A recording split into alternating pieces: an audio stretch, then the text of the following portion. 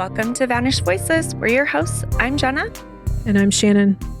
If you've listened to this show for any length of time, you've probably noticed something. It's not always the headline of the episode. Sometimes it's a footnote. Sometimes it's the thing a family member mentions almost in passing, maybe 3/4 of the way through an interview, but it's there over and over in case after case. Domestic violence. It was there with Jermaine Charlo. It was there with Ricarda Tillman Lockett. It's been there in cases we haven't even been able to say it directly because no one ever filed a report. No one called a hotline. And so officially on paper, it simply never happened. And that's the part that's been sitting with me because when we go back and rebuild these women's timelines after they're already gone, we can usually find a pattern, a control issue here, maybe isolation from friends and family, a partner who always answered questions on her behalf, but almost none of it shows up anywhere before the disappearance. Not in a report, not in a record, not in anything a system could have used to intervene. Take Cecilia Huerta Gallegos.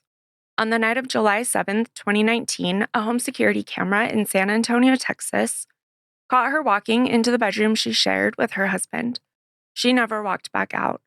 Her husband told police they'd argued, that she'd cut him during a fight over infidelity and left with a man. The footage didn't match his story, though. She's never seen leaving. The next morning, the home surveillance system was mysteriously down for almost 2 hours. Cecilia's sister later said the family only learned the extent of what she'd been dealing with after she disappeared. Before that, nothing. No police report, no hotline call, no prior charge. As far as any official system was concerned, that house had no history at all. Her husband, Reyes, was arrested in 2019 on a charge of filing a false police report, and in 2021, he was indicted for her murder. He's out on bond. Her body has never been found, and his trial is still pending. Cecilia's case is one story, but the pattern underneath it is one we keep running into episode after episode. And it raises a question that matters a lot more than any single outcome. What would it actually take for someone to see this coming when there's no record of anything at all? That question is exactly why we wanted to talk to today's guest. Our guest today has spent more than 2 decades doing something most people never think about until they need it most. Liz Ortenburger is the CEO of SafeNest's, which is Nevada's largest and most comprehensive nonprofit addressing domestic and sexual violence. She leads a multi-million-dollar organization built around what she calls a full continuum of care: emergency response, prevention, education, housing, legal advocacy, and even offender intervention, all designed to interrupt cycles of violence at their roots, not just respond after the fact. Under her leadership, SafeNest's has built partnerships with law enforcement, policymakers, healthcare systems, community leaders, all in trying to close the gap between these different systems that a survivor has to move through. What makes Liz worth listening to isn't just the scale of what she runs. It's that she's willing to challenge the way this entire field has operated for decades. She argues for a shift from punishment to prevention, from survivor-only solutions to system-wide accountability, and from silence to truth-telling. That's not a popular position in every room she walks into, and today you're going to hear exactly why she holds it anyway. Liz is currently a PhD candidate in public policy and administration at Walden University and holds an MBA from IESE Business School in Barcelona. She got her start at California State University, Fresno, where, before any of this, she was a nationally ranked track and field athlete and her cross-country team's captain. This is Liz Ortenburger. Hi, Liz. Thank you so much for joining us. Yeah, absolutely. It's my pleasure. This is going to be such a good episode. Yeah, I'm excited. We're so grateful to have you on the show. I can only imagine how packed your schedule is right now. I spent the last part of last week at Disneyland with my Ooh, fun. on starting Friday for 2 weeks. So I'm like, it's kind of like that weird time where you're like, I have so much to do, but guess what? I'm checking out. Yes. That's what summer's for. Yeah. Liz, can you start by telling our listeners more about SafeNest and how it came to be? Yeah, absolutely. So SafeNest is located in Las Vegas, Nevada, and we serve the entire Clark County, which is the county Las Vegas is in. We have been doing this work locally since 1977, which is really when most domestic and sexual violence agencies started. You'll kind of see that similarity across the country. So we're coming up on our 50th anniversary. I have not been the CEO the entire time. I was one when it opened. So but we've only had two CEOs. My predecessor, Estelle, was here for 38 years, and then I took over about 10 years ago and have been at the helm ever since. Nice. Yeah, do you know what? For nonprofits to have that kind of stability is, Wow, almost unheard of. yeah, yeah. I feel fortunate that I stepped into her shoes and that I've been here for so long because we're able to accomplish. You just operating on a different plane when you've been in a place this long. Yeah, you have all that history. Yeah, yeah. And so we work primarily in the anti-domestic and sexual violence spaces.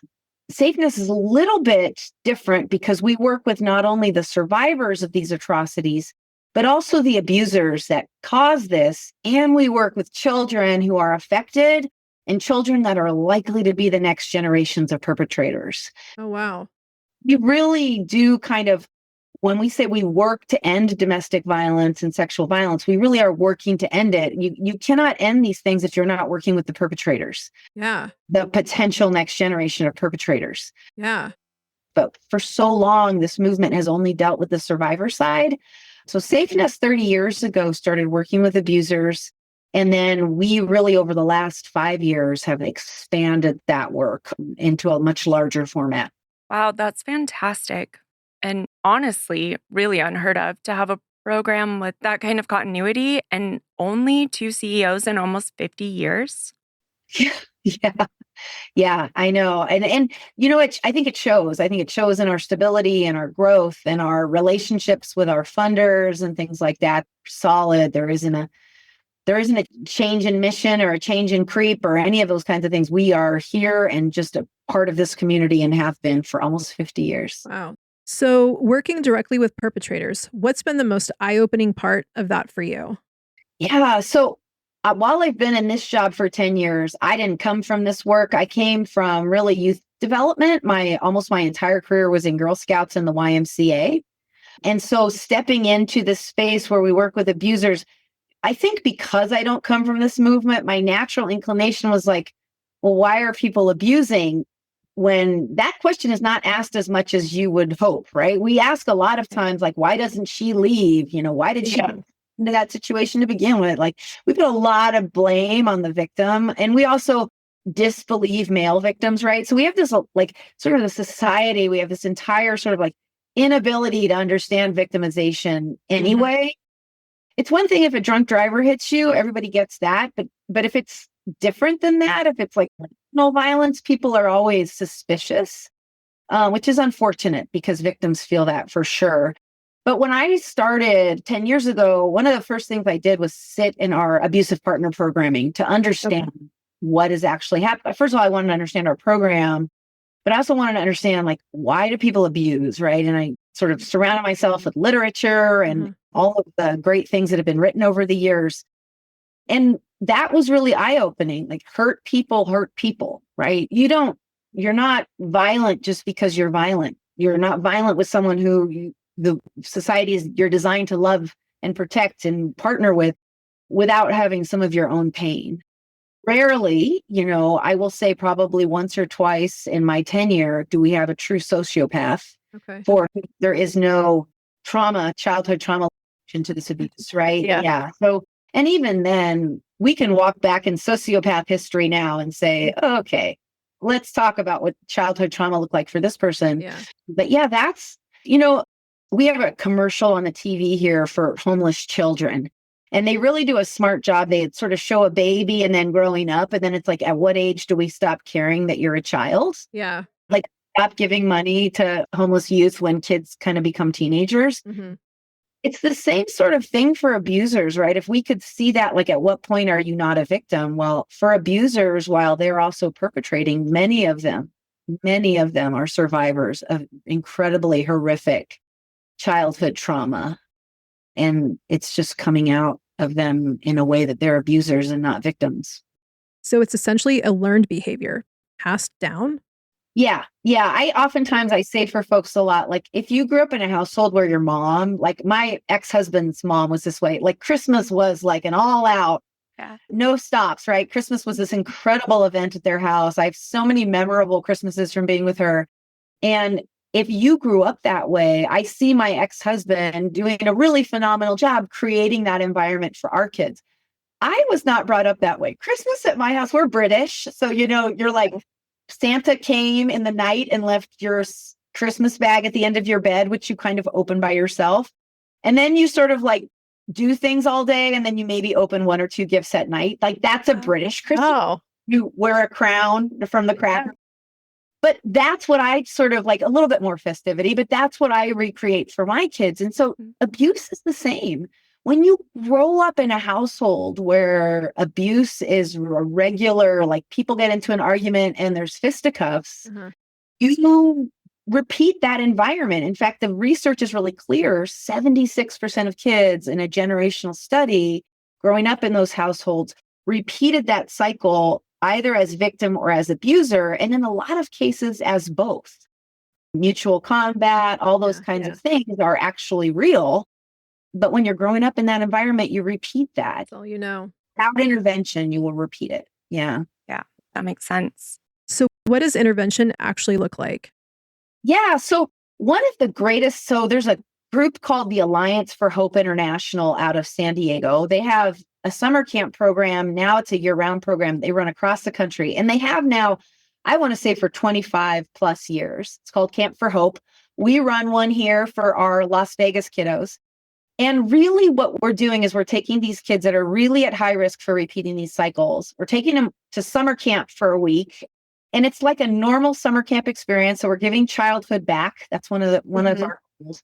But the other thing that we kind of pepper them with through the week, not as an overt part of the program, but more as like I say, we're packing your metaphorical backpack so that when you're home and it's November and maybe there's violence in the household, you have things to pull on to get you through that time.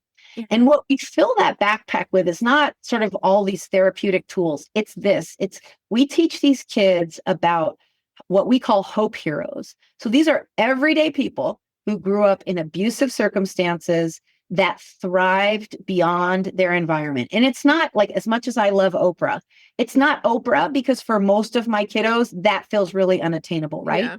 It's like the assistant district attorney in San Diego who my kiddos and I was a camp counselor a few years ago. I didn't do it this year. So my story is from a couple of years ago. But this assistant DA in San Diego, he grew up in a household. His mom was deported when he was 14. That is a story my kids resonate with. Okay. Dad was an alcoholic and he had to raise his two younger siblings. He was a freshman in high school at the time, while completing high school, then going on to his undergrad, then going on to law school to become the assistant district attorney in San Diego. This feels really attainable to my kids, right? They understand the power of separation, particularly from the primary caregiver if the other caregiver is incapacitated, whether it's incarceration or substance abuse. But then the responsibility that many of my kiddos that I work with feel for younger siblings and having to take on that parental burden at 14, that is a story my kids understand. Yeah. Hearing this story, right? And they're like, look, and so what we're filling their pathways with is hope, right? Stuff might suck right now. I'm not going to rip you out of here into the foster care system because gosh knows that's got its flaws. Yeah. It's going to suck, but what can I tell you? What can I help you? What can we support you with so that you know your path does not have to be the path that your parents have taken or the path that your caregiver's taken or the things that are happening to you in your life. You have power beyond that to not repeat that cycle and that violence is a choice. And so we talk a lot about that. That's what intervention looks like for kids. And if we could just get every school district in this country to realize most of their kids have some form of childhood trauma. Most of it is like, it's a scale of 1 to 10. If you've got more than 4, it's where we really know that your likelihood of intravenous drug use, obesity, incarceration, all these things go way up at a score of 4.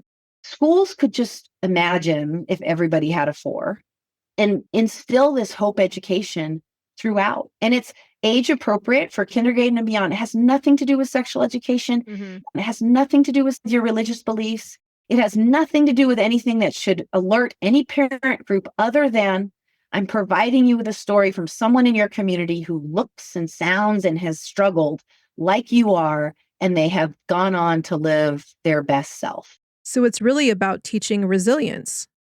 Yeah, it's really hope, right? So what we talk about is knowing that your future can be better than your present or your past, and that you have the power to make that happen, right? Because the corollary conversation to the assistant DA in San Diego is, okay, so what in your life is challenging? And how are you not going to let that define you? And what does that look like? And how do you write out a hope plan for yourself? And then how do you adjust that as time goes on, right? Maybe you don't go to college right out of high school. Maybe you have to drop out to take care of a sick parent or all of the circumstances. But that doesn't mean you have to give up on your hope, right? And so what does this look like? So we're really connecting kids to a vision of their future that is somewhat malleable, but that is kind of like this thing that they can see, they can get to, that pulls them out of this really hard time. And does the program give them concrete step-by-step ways to get there? Yes, they build. So we do this with our survivors and our youth as well. So we use this with everybody. But what it does is we celebrate short successes, right? So we see kiddos from camp year round. We have programs. So the counselors will check in with them and go, okay, when we wrote out this hope plan in the summer, you were going to do X. By October, did you do it? And the kid's like, no, it got delayed. It's like, okay, I'm going to check in with you in December, or yes, it happened. And then here come the balloons and the cake, and we're celebrating. What we're trying to do is rewire these kiddos' brains and our survivors and abusers for celebration of successful steps, right? At shelter, you get your driver's license, like that was a goal for you. We're celebrating that. And that's really, celebration means a lot to everybody, right? It's nice to celebrate it. And knowing that it's even a small step, it matters, and we're proud of you, and that, you know, we can help you get there. And for the kids who don't hit their goal by the check-in date, how do you handle that? Reset, right? Like, let's talk about what got in your way, right? That is a good, like, let's talk about why that didn't happen. And then and sometimes it's, you know, super valid, like we moved or whatever, right? And so I didn't get a chance. So it's just like, okay, let's reset and try that again in 6 months when I see you after Christmas or whatever the next touch point is. I'd imagine some of them feel like they've failed when that happens. Yeah, we really do a lot to try to make this not feel like a fail, no fail situation. Right. The counselors are good at, like, it's a pretty casual check-in. Also, my phenomenal VP that runs this program, Tanya, she knows all the parents, all the moms. They're mostly moms that are bringing the kids. She knows them all. And so she'll check in a little bit ahead, like, hey, did Junior meet his goal? Like, how about you? Can we push him a little bit to get there? So we'll see him in a couple of weeks. And she's working all that magic behind the scenes. Really try to set up. And what we'll also do is, like, okay, so maybe you're turning 16 and your goal was the driver's license and you didn't get it. But did you get signed up? What forward momentum did you make? So that we're encouraging to still celebrate something. Got it. Yeah. Momentum is really the goal, right? Forward momentum. Sometimes we're celebrating, you had to go 2 steps back. It's like, okay, let's talk about what that looked like for you. What we're helping kids do is just be vulnerable in the moment, who care about them, and realize sometimes too, their goals, they shift, or they're really not going to get the goal that they set. So it's like, what do we do? Is there either another pathway to that goal, or do we need to reset this goal completely? But what is that anchor point for you? Okay. What would you do if your online store converted 36% more shoppers? You could take 36% more vacation. Another pina colada? Yes, please. Open a new retail location with 36% more square feet. Fantastic. Hire 36% more help. You're hired and you're hired. Shopify has the world's best converting checkout, up to 36% better than other e-commerce platforms. What you do with those extra sales is up to you. Switch to Shopify today at shopify.com/listen and get a $1 trial. Shopify.com/listen. And you mentioned hope planning is really the first step in this whole process. Can you walk us through what comes after that? Yes. Yeah, absolutely. But I would just Imagine if every child in the United States, in public school or private school or wherever, imagine if every kiddo had a hope plan. Oh, So yeah. if you moved to another school, that new third grade teacher, say, can look in the system, see that hope plan, and then when they introduce themselves to you that morning, be like, I understand you want to be a doctor.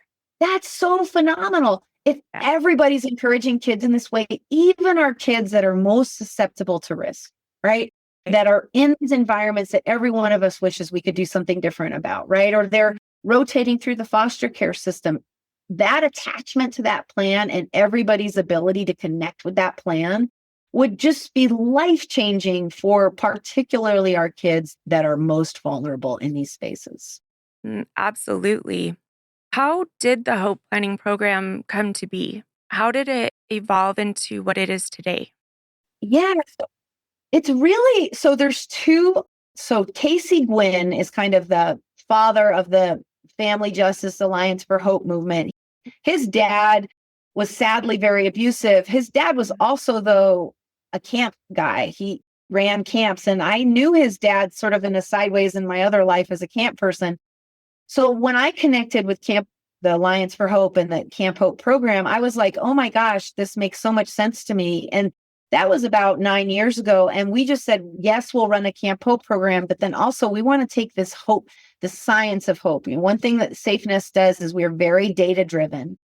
So hope, there's a ton of research behind it. There's metrics, there's a way to measure it. There are all these great things that it's like music to my geeked out ears. I'm like, oh, fantastic. So we implemented that entire hope structure into our computer software. So everybody's taking a hope score on our survivors, on our abusers, and on the kids that we work with, because what we want to see and really measure is whether or not our program is increasing hope. It doesn't really matter if you come to me with a low hope score or a high hope score. What I want to know is that I increased that hope for you, or some semblance of the SafeNest program increase that hope for you. And this, by the way, is an incredibly interesting sort of nonprofit reality, especially those of us that work in the social safety net. Hope is kind of like, how do we measure apples to apples across the nonprofit? It's, are you increasing hope? Everybody from a Big Brothers, Big Sisters, Boys and Girls Club, Girl Scouts, all of these programs should be able to show that they're increasing hope, and they all should be measuring it, and including like our legal aid center here, which is phenomenal. If they measured pre and post hope, right, then we're all measuring the same things. Then it becomes easier for donors and funders to realize, okay, these are programs I want to invest in, because when we raise hope, guess what? Abusers stop abusing, survivors stop being abused, whether or not they stay in that relationship when they have a higher hope score, and kids don't repeat the cycle. So it's a phenomenally important sort of baseline that we could put throughout our society. Do you have a sense of how many people you're able to work with at any given time? No. I mean, we're restricted in our residential program and our therapy program only by resources. What'll happen in therapy is the waiting list will just get longer. What happens in our residential program is we have to turn people away that don't have a high enough lethality score to get a bed with us. Horrible, but it happens. We just don't have the resources. But all of our other programs, so court support, hotline, and everything else that we do doesn't have a limit. And that spans both kids and adults? Yeah, our camp program limits itself to about 80 kids a summer, but our off-camp programs really don't have a limit. Okay. Can you tell us more about that lethality score you mentioned for listeners who haven't heard that term before? Absolutely. So when I tell people we run a residential program, what I'm really saying is we're running a homicide diversion program. So we have between 70 and 100 beds, depending on how tightly we're packing people into our campus. And basically, we screen you against the Danger Assessment Law Enforcement Tool, which is called the DALE for short, DALE. It is 11 questions. It's an evidence-based tool that's used really by law enforcement across the country. It screens in about 20% of your clientele as high risk, which is why we like to use it as a mechanism to make sure we're getting anybody that's at imminent risk of homicide into our residential program. It's an 11-point scale. There are a couple of questions that are like, if it's a yes to this, then it's an automatic lethality. Like, are you being choked or strangled is a common one in that space. But if you have an 8 or higher, that's usually the population we're able to house at the residential campus. Sometimes we have to go up to 9. So I'm talking about an 11-point scale, and then we can take people at an 8 or 9 or higher, right? Because that's the space. So that means people, even with medium lethality scores, are either staying in that situation, maybe going to a hotel or fleeing to another place or going to a homeless shelter, trying to find another place to be as they're escaping their abuse. And that's a pretty tragic place to be. From a business perspective, it would cost us a lot less money as a society if I'm housing people with 1s and 2s, and I don't have anybody at an 11 because out of that relationship when you were in the early phases of the violence, the space. But unfortunately, that's not how we're resourced here. And last year, or not last year, but 2024, we denied shelter to 4,300 people that were asking for it. Wow. Yeah. I've read that Las Vegas and Clark County specifically rank among the highest in the nation for this. Is that still an accurate statistic? True. Yeah. So we're highest in a couple of ways. So FBI data has been getting better and better since 2001 for us to be able to kind of look at trends across the country. So 2024, we really pulled the data batch and did a deep dive. So Las Vegas at Clark County is highest in Nevada as a whole, highest not only in homicides related to domestic violence, but we're also highest in violence across 23 crime categories. So pretty much every crime you can think of except for minor traffic violations that's being perpetrated by a intimate partner, family member, or friend. So we're twice the national average per 100,000 people of crimes just being committed by someone who you are supposed to be able to trust and love and be with. In fact, I did a presentation last week to our state judiciary interim committee, and I said the most dangerous place for women in Nevada is with people they know. It's not with strangers. It's not stranger rape. It's family rape. Do you have an idea of why that is?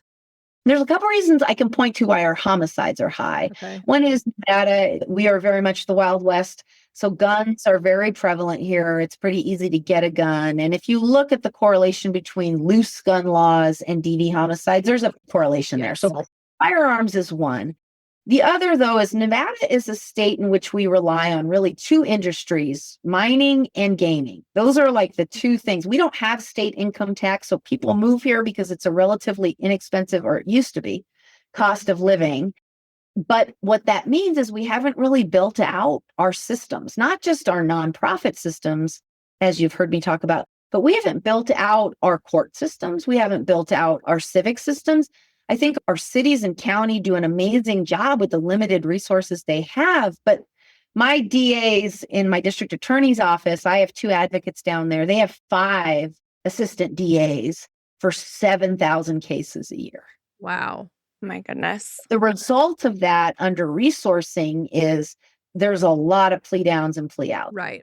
We're not really punishing anybody. Mhm. Not that punishment is the only answer, but Right. it is the answer, especially for your highly lethal abusers.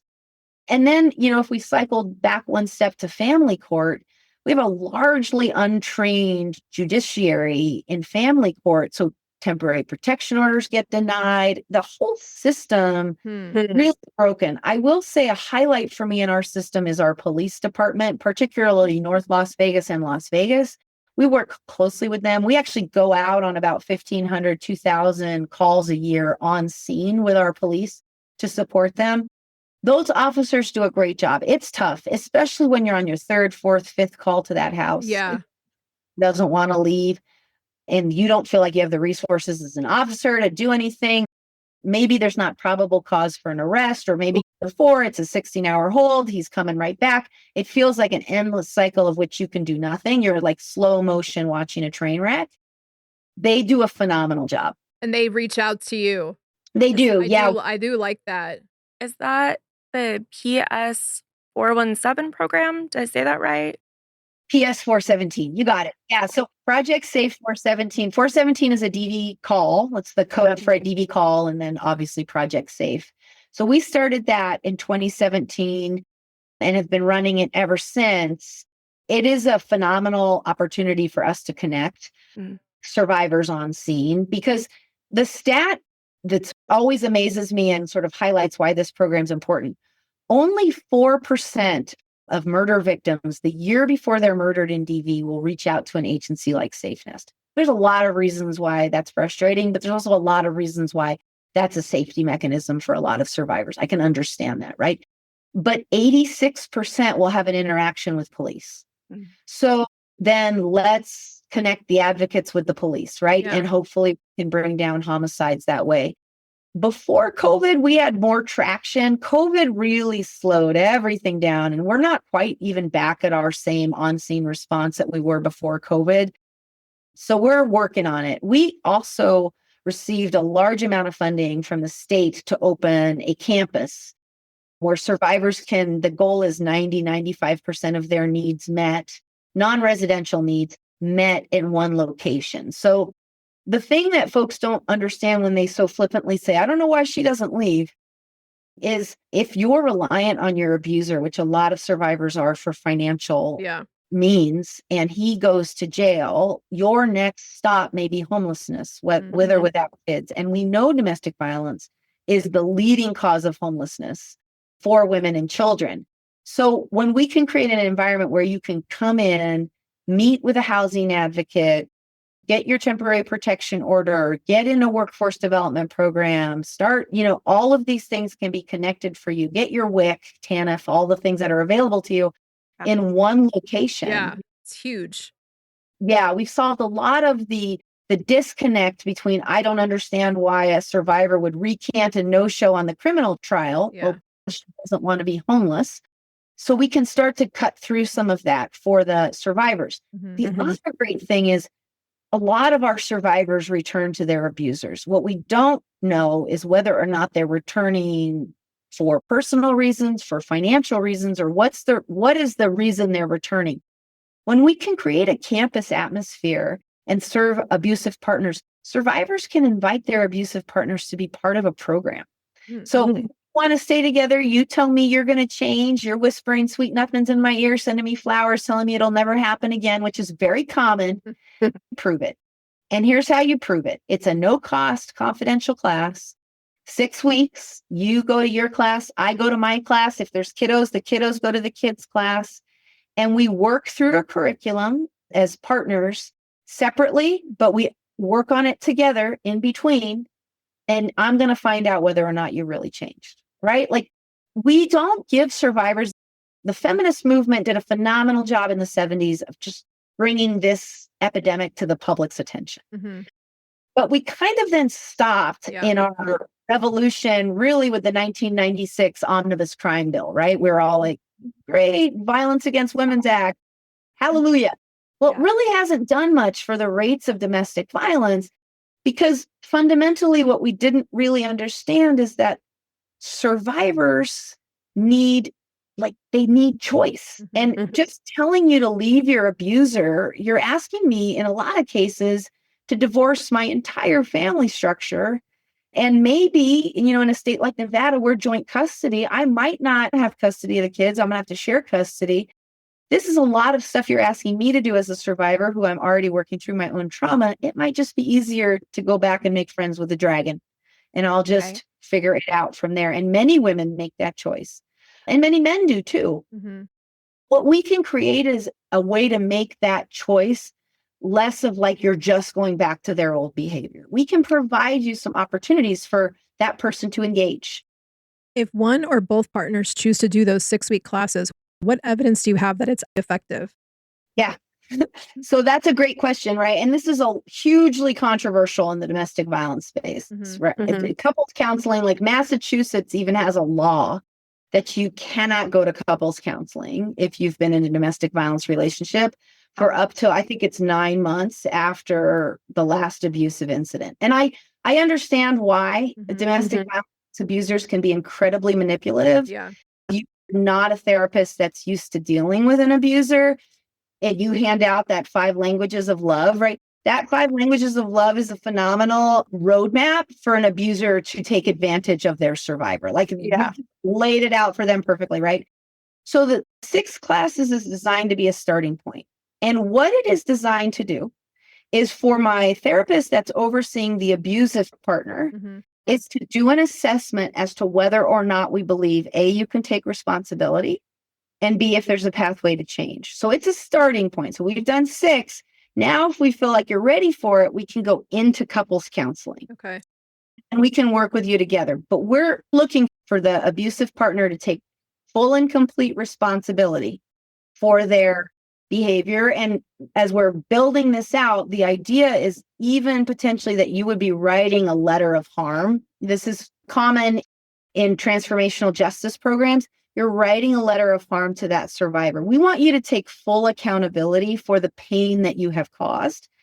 That does not mean that the survivor, because again, we've got a lot of folks with mutual combat. We have a lot of things going on, right? The survivor then is also understanding what the abusive partner is learning, but also working through their own, whatever that looks like. We never want to say a survivor is responsible for their abuse because they are not. But let's talk about how we are as a couple. Let's talk about how we're all working together. Let's talk about over this 6 weeks, what hasn't gone well. Have you guys had an argument? What did that look like? All those kinds of things. So then we get to this 6-week space and then we're saying, okay, are we ready to do this together? Have we seen enough that we believe change is possible?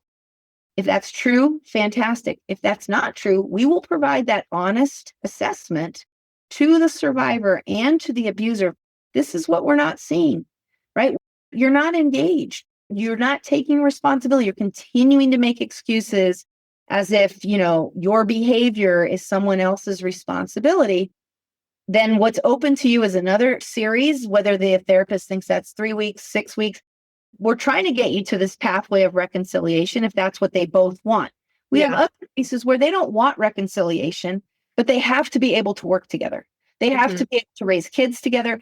It is, as much as abuse is absolutely abhorrent, daughters' relationships with their dads and sons' relationships with their dads, if he's the abuser, are also really important. Not in his abusive stance, but as the most important male role model in your life until you're about 13, that relationship is important. And how a daughter and dad interact has a ton to do with the health of the daughter's future relationship. So when we explain all of these dynamics, we still need the abuser to be a healthy individual and to get over this abuse, because even if they choose to stay separated, likely they will find another partner. Well, let's make sure we didn't just create a vacancy for a new survivor to be created, right? Work is all important in that space. And we need survivors to also recognize how they got into the relationship. Again, no blame. But, I tell people, watch Worst Ex Ever on Netflix. Yeah. There are some commonalities in these stories of this love bombing, of this everything so fast, all of these things. It's like, just think about those red flags and all of those. I tell people all the time, do not get pregnant. Yeah. Just wait. It's, I know that it feels all of these great ways in the beginning, but a baby doesn't make anything less complicated. Absolutely not. So don't get a dog, don't get a pet, don't have a baby. Allow a relationship to be slow, because for what I tell women in general usually is, you can't create boundaries if you're running in at 100 miles an hour. But how do you know it's healthy? We all fall in love in the same way. I have read thousands of romance novels in which before this work, I was like, oh, this is so amazing.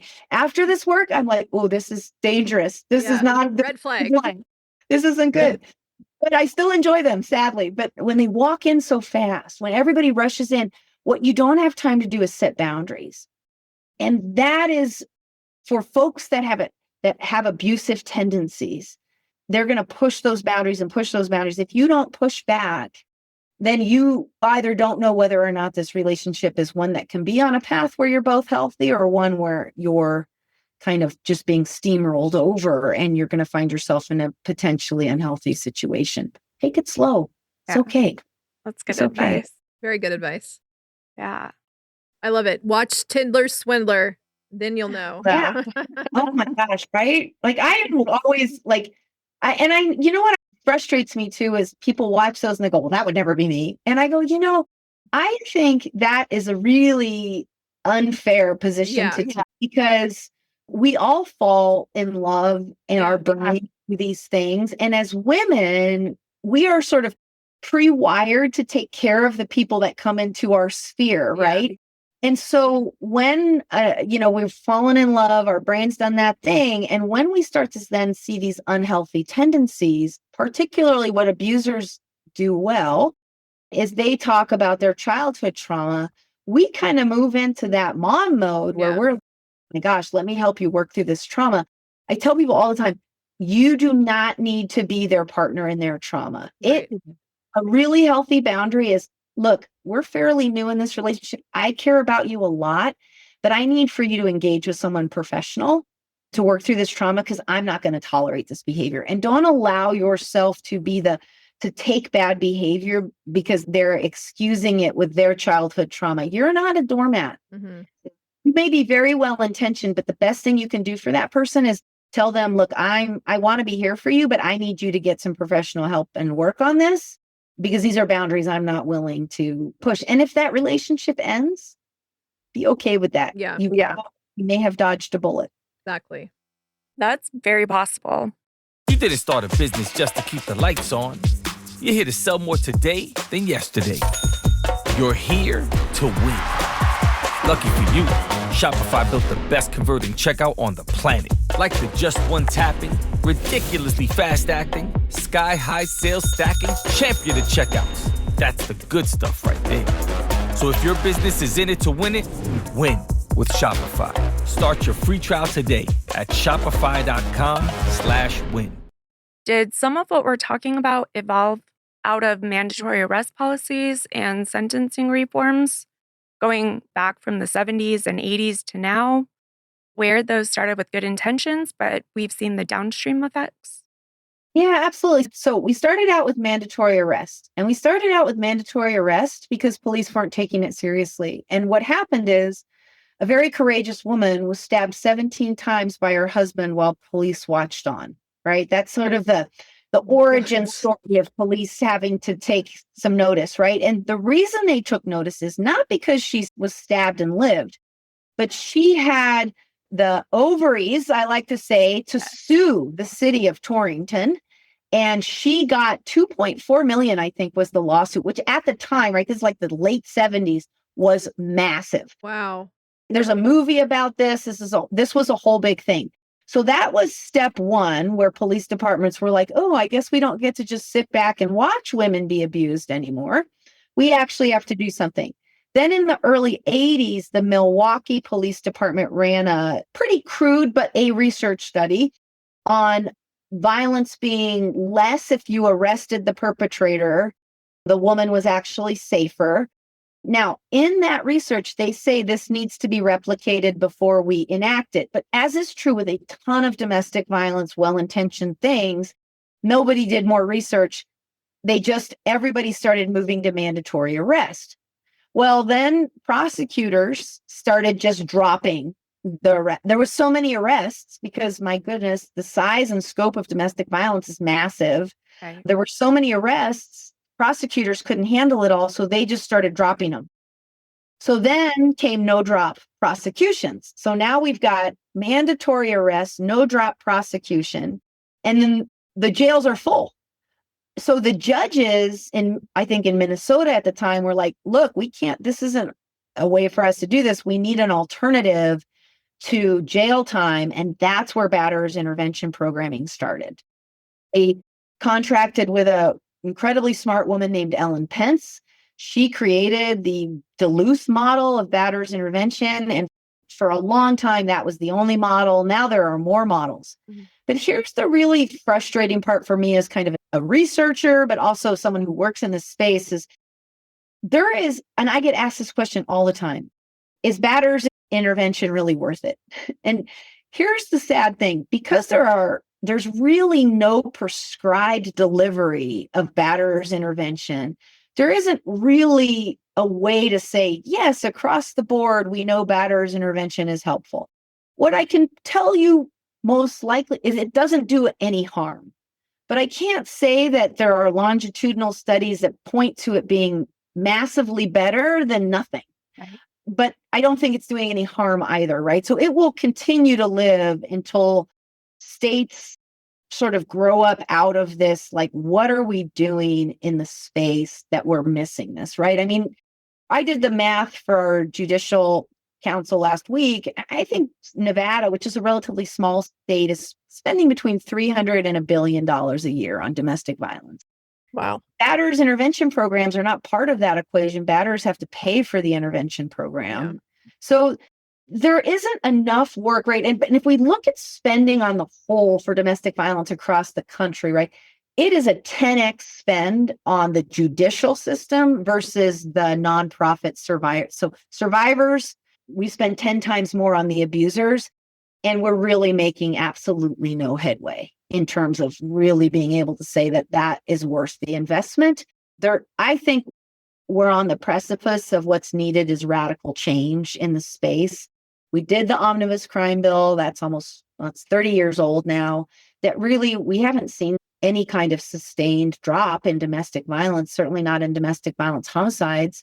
It's not working. And it's not working because it's not what survivors want, but it's also not working because the courts and the legal system in general are not designed to understand relationships. Yeah. Right? You can get hit by a drunk driver. You don't have to spend Thanksgiving with that person. You don't need to swap kids with that person. Right. You don't need to, that person is not your auntie's boyfriend's son, right? There aren't these interrelational pieces. And so the criminal legal system isn't adapt to deal with that. We need a system before this. And restorative justice is not it, but something transformational, really prevention would be great in the schools. But even if I have a domestic violence incident at my house, let's say there's no priors, it's not serious abuse, so no broken bones, no marks, but there's something happening. Most of these are low-income couples, 5 times more likely to be abused if you're a woman living at or below the poverty line. What can we put in that space that isn't the criminal legal system?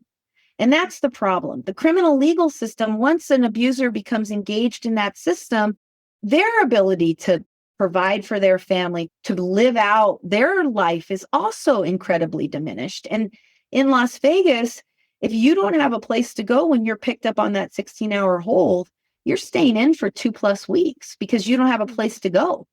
So you're now you've lost your job, your life is turned upside down. And I'm not making excuses for abusers, but understanding the economics and the spaces in which these are happening, we need better solutions. And we need solutions where folks can come forward, not to be incarcerated, not to be tackled in the legal system, but to really get help. What is a healthy relationship? What does all this mean, right? If we're not doing that in schools, what other community support, particularly low-income communities, can we provide? Right. And you probably get pushback on the idea of directing funding towards abusers, even though we're technically already spending 10 times that anyway. Oh, yeah. Yeah, I was so in Nevada, we have marriages here, obviously, and people inside every marriage license is $50. It gets put into a statewide pot. It gets divided up amongst agencies like SafeNest's who do this work. And so it's great. It's the only funding we get from the state year over year. I was on a call just a year ago. That pot has gone down a little bit because marriages have gone down. And I was on a call, and the first words out of another person's mouth that's in this space was like, well, I don't think any of this money should go towards abusers. And I'm like, I think the last study I read was that the average abuser has 3 to 5 victims in their lifetime. And so to me, I'm thinking, okay, but if I invest in the abuser on round 1, I've saved 2 other survivors from being created. Right. At a minimum. And that's the short-sightedness of the movement, right? We try to deal with it as if it's bifurcated. It's like survivor services here, abuser partner services here. First of all, in Nevada, 30% of our arrests are women. And a lot of that is that mutual combat self-defense space. we're not recognizing the complexity of the domestic violence as we need to in 2026, right? And this is the problem, I think, overall with the domestic and sexual violence movement is we talk about sexual violence like it's women getting raped on roofies at nightclubs at a, massive rate. In Nevada, it's girls ages 5 to 14 by a family member is our highest category of rape. We have to stop using this version of events that has worked for the narrative for 50 years and really look at the data and say, what is actually happening here? Mm-hmm. And then the solutions become easier, right? If we know our biggest sexual assault category is family sexual assault, how do we embolden the places where families are with information about trusting your kids? Because by the way, girls that are sexually assaulted by a family member and it's not believed, those are your next sex traffic victims because they are so much childhood trauma baked up into this. These are all very connected. It's getting people that work in the space like SafeNest to get out of this 1970s view of the man is bad, he's abusing, woman is good, she needs to leave. That's not what we're working with here. This is much more nuanced, much more complicated. It's very stratified. There are different kinds of abusers. There are also different kinds of victims, and they need different solutions. But the space has got to start to mature into a market where we're looking at stratification of abuse, different types of abuse, not just on a lethality scale, but also on a, why does someone abuse, right? Is it a lack of ability to control my environment because I can't provide, as I've been told a man should provide for his family and I can't provide for my family? So I'm bringing that anger home. Is it related to something else? Is it misogyny? What is it? And every abuser would probably fit into one of 5 to 7 buckets. Then the services for that abuser can look different, right? If your misogynistic views are what are giving you a license to be violent, that treatment looks very different than if I feel out of control of my environment. In home is where I can control, so I'm abusive because I think that's what control looks like. Those are 2 very different abusive partners, but we treat everything like it's this one big, massive abusive partner and victim, and there's nuance in there. And I'm hoping that as we open our center here, continue to expand our services, we publish more research in this space and help elevate the movement as a whole, because I think we're ready. We're ready to gravitate beyond this sort of black and white look at this work. Agreed. Do you think that's what it will take to unlock more funding and shift more people towards that way of thinking, leading with evidence-based research? I would hope that certainly it would be a way to garner some revenue through trainings, right? Through elevating, creating certificate programs, CEUs, elevating folks' understanding, judicial training, all those kinds of things. I think there's probably revenue to be generated there. The hard part about funding, and as relates to private philanthropy in this space, is, we had a horrible shooting here, October 1, 2017. 56 people were murdered at a concert, right? From the guy shooting out of the MGM.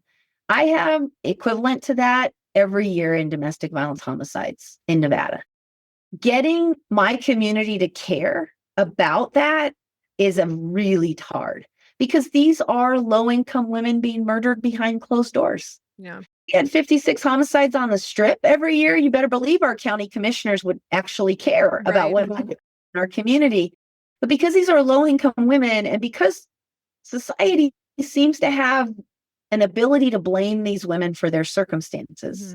Most of our homicides are women, which is why I'm genderizing this. But there doesn't seem to be an outpouring of let me give to that, because I think people feel like they're giving to a black hole, because what I hear all the time is, there's always going to be domestic violence. When I talk about, I know it's a very sad, I'm like, well, okay, I guess I'll just quit now. And I know. Go work. I have ideas. Yeah. So I'm not that defeatist, but what I can raise money for is kids and pets. People love pets. Yes. So we have a pet program in our shelter. Our youth program garners a lot of support. People like that we're trying to break the cycle with youth. And then get smart about the business I'm running for my survivors, who getting funding for them is really hard. Interestingly enough, can get enough funding for abusers, men give to men. I don't know if there's probably a philanthropic study in there. Interesting. Not surprising. People want to fund a solution. Mm-hmm. And here's the problem for survivors. Survivors don't feel, and this is no blame on any survivor, very brave people, but donors don't feel like survivors are a solution. I'm funding, like, it's not like I'm funding you to get rid of cancer. They don't feel the same sort of connection there. So for us, we got to run good business models alongside our entity to make sure we are garnering enough operational dollars to do this work, and then engage donors where they are. I think, though, if we do and can publish some really good research around longitudinal work with abusive partners, with couples counseling, really pumping some research out around that, I think that's got legs for funding, because I think people will get excited about, oh, there is a solution and this is what it looks like. I do think that could garner resources. Yeah. I would hope. Yeah, it's tough. It's hard. Like, the drumbeat of raising money to do this work is, it's hard. Do you feel more pressure around this with VAWA or VAWA coming up for reauthorization at the end of 2027? I'm probably an interesting voice on VAWA because I'm not a huge fan of VAWA. We, as an agency, we get very little resources from VAWA. VAWA funds really the criminal legal system response to domestic violence. We get money from other government pockets, but VAWA funds like an advocate at the Attorney General's office, advocates at the police, advocates in these other places that are really system advocates. They're not necessarily victim advocates. And I'm with Lee Goodmark, who's a phenomenal author in this space. Lee has published, like, what good has VAWA done? I mean, we've spent all of this money, but yet we don't have one metric we can point to that says we've made things better. In fact, a lot of places it's worse. So I think an opportunity, this administration makes me nervous for anything, because I feel like you give them an inch, then VAWA's probably gone, which would be horrific. Yeah. Will we delay the 2027 reauthorization into another administration? Let's see what happens at the midterms, would be my sort of political response. I think there are some ways to adjust VAWA to actually make it incredibly functional. First of all, I think we need to allow for funding for abusive partner programming. Mm-hmm. That's probably the main sort of thing I would change, is how do we shift this idea that all the money needs to go to victim services within the system, when survivors have told us loud and clear they don't want the system. Mm-hmm. We did a study that was published internationally just a few months ago with our local university, UNLV, around what survivors want from the justice system. The number one thing survivors wanted was for the violence to stop, which the justice system doesn't do. It doesn't incarcerate here. It doesn't hold the abuser away. And the second thing they wanted was to be believed.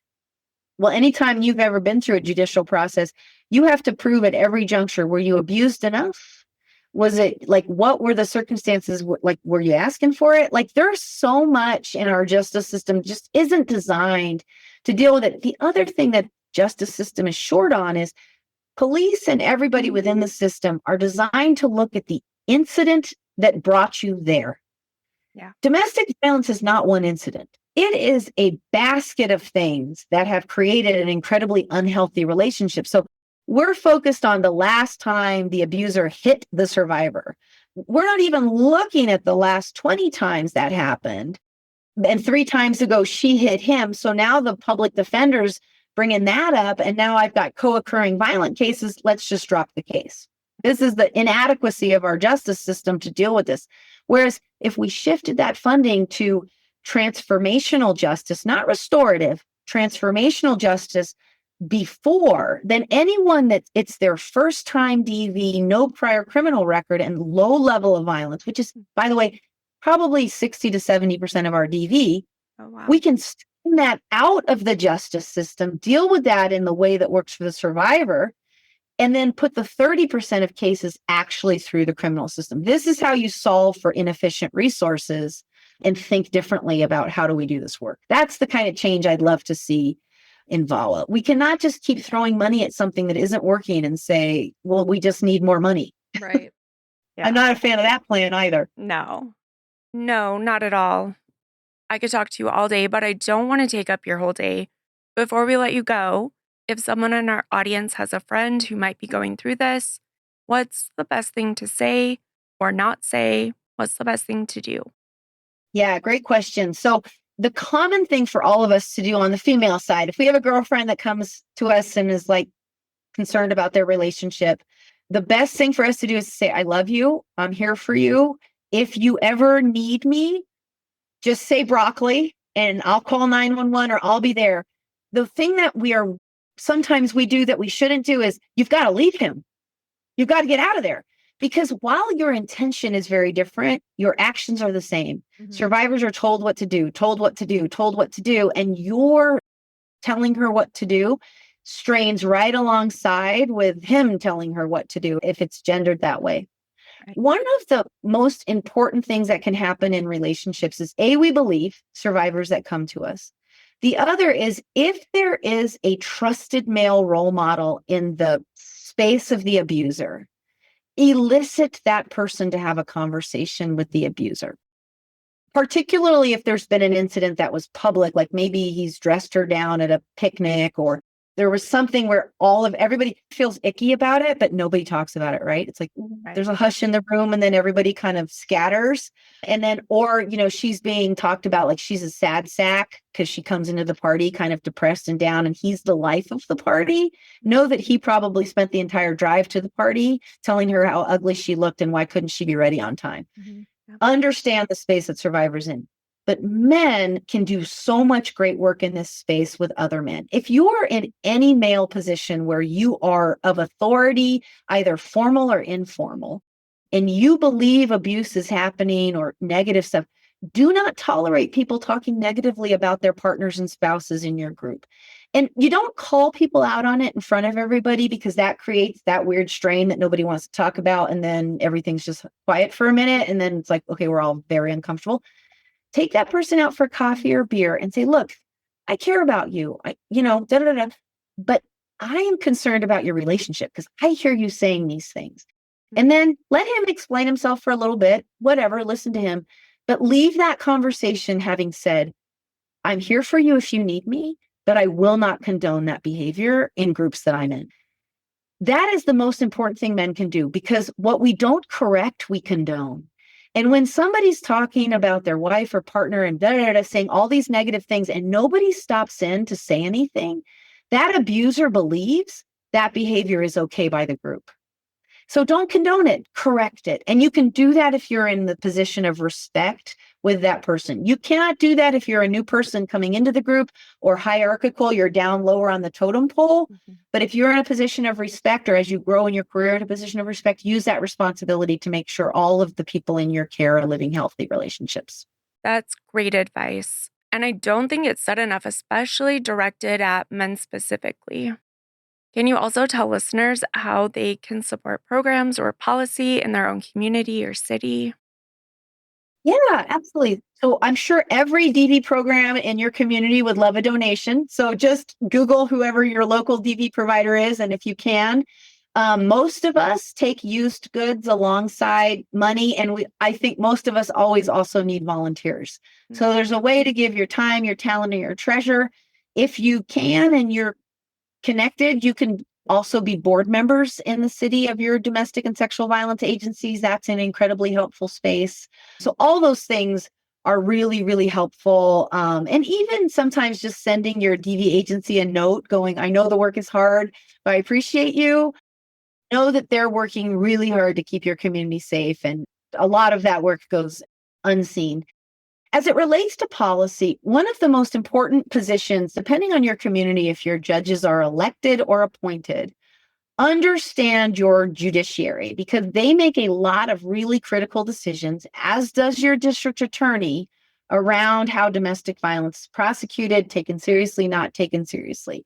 Most folks, you can go on their website and see their positions. As it's campaign season, a lot of times you can send in questions to the campaign, you can get a free dinner at any of their political things without giving a gift, ask a question, understand, what their policies are, but your judges need to also be held account. It's a position we don't often talk about. It's hard to know who your judges are. But now with AI and Google and all those things, you can Google who's running for judge, and you could just send them a note and say, hey, tell me about your understanding of domestic violence. You'll learn a lot from who responds and who doesn't. And then this one I know probably drives the politicians crazy in my neighborhood, but when people knock on your door to talk about politics, like, they're doing their campaign thing, first of all, know that at least in Nevada, most of our politicians are volunteers. So thank them for volunteering for a shit job nobody wants. Thank you for doing that. But ask them what their stance is on DV. And know that your state and local officials are much more instrumental into what affects your life than your federal politicians. So don't get worked up on what Donald Trump said or didn't say, or any of these guys. Not worth it. Focus on your local, because that's what really affects your community. Oh, I love that. That's really true, especially right now with the midterms coming up and so many elections on the ballot. Our voting day here is tomorrow in Arizona. Oh, wow. Okay. Yeah. To close us out, can you tell listeners where they can find you or learn more about SafeNest? Yeah. So, and we do trainings across the country. We can do those virtually. If you're in Arizona, we're happy to pop down. It's a quick drive. Close. But you can go to SafeNest's.org. All of our trainings are listed on the website, as is our hotline and anything else that you need. If you are in Nevada and you need help, you, of course, can call us at 702-646-4981. If you're anywhere else in the country and you just are looking for some help and resources, you can certainly call us at that number. You can call the national hotline. Nobody needs to live in a place of fear. Everybody, all of us should have peaceful households by our design, and we should be partnered with people that we are able to live fully with. Yeah. So know that's true for everyone. And I know there are difficult circumstances out there and people feel stuck. You can take small steps, and we're here, as are a lot of phenomenal agencies across the country, to help you do that. That's perfect. Thank you so much. Thank you so much for your time today. Absolutely. Really This was great. Thank you. It was. Thank you. I hope you have a great rest of your day. You guys too. Thanks. Bye. Bye. Thank you for joining us for this episode of Vanished Voices and for sitting with Liz's work at SafeNest alongside us. If there's one thing I hope stays with you, it's this. The record often starts too late.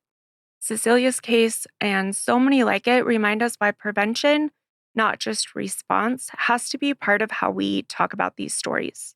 If you or someone you know needs support, SafeNest can be reached at 702-646-4981, or you can find the National Domestic Violence Hotline and more resources through SafeNest at safenest.org, and we'll link all of those in the show notes. And remember, you don't have to be in Nevada to call. Re-Listen helps carry these stories further and louder into the world. To read our blog, explore related resource materials, or review episode notes, head over to vanishedvoicespodcast.com. You'll also find us on social media, Instagram, TikTok, YouTube, and all under Vanished Voices Pod. We'd love to connect and hear your thoughts. If you've moved by what we share, please rate and review the podcast and help us grow this community by spreading the word. You can stream Vanished Voices on all major platforms. If today's episode moved you in a different way, consider reaching out to your local domestic violence agency, whether that's a donation, your time, or just a note letting them know their work is seen. And as always, refuse to let these voices vanish. Thanks. Bye. Bye.